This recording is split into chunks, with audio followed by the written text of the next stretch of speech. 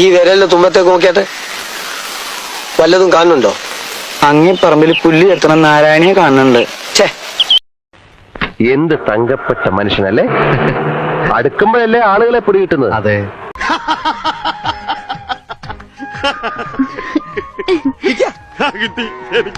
ഞാൻ പറഞ്ഞില്ലേ ഭാസ്കരനെ കണ്ടാ കിട്ടൂന്ന്. ഗീതുവിന് എന്താ പറ്റിയത്? തറ പറ്റി കളിച്ചോണ്ടിരുന്നപ്പോ പാർക്കി വീണു. എന്താ വീഴാൻ പാടില്ലേ? എടാ, പിന്നീന്ന് വരുന്ന അടി എങ്ങനെയാ തടുക്കേണ്ടതെന്ന് ഞാൻ നിനക്ക് പഠിപ്പിച്ചു തന്നിട്ടില്ലേ? പിന്നെന്താ? ആഹാ, അത് ശരി. അപ്പൊ അതും പഠിപ്പിച്ചു കൊടുത്തു. ഇതാണ് നിനക്കൊക്കെ ഞാനൊരു നമ്പരും പഠിപ്പിച്ചു തരാത്തത്. രാത്രി എന്താ ഇവിടെ പതിവ്?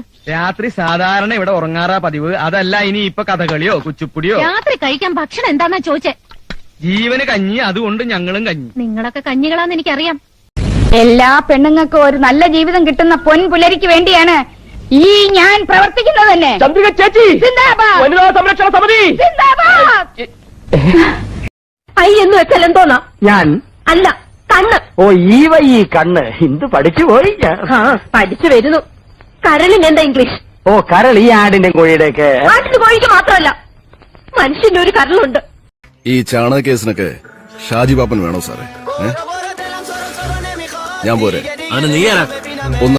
ചെറുപ്പത്തിൽ എനിക്ക് 3 വയസ്സുള്ളപ്പോഴാണത്രേ ആദ്യത്തെ പല്ല് മുളച്ചത്.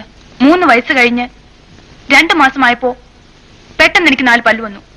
അത് തേക്കാൻ വേണ്ടി എന്റെ അച്ഛൻ എനിക്ക് ആദ്യം വാങ്ങിച്ചെന്ന ബ്രഷ് ഇത്. കൊള്ളാമോ? നീ നുള്ളിയത് ചെവിയാടാ, ഇവന്റെ ചെവി. ഇവൻ ആരാണെന്ന് നിനക്കറിയില്ല.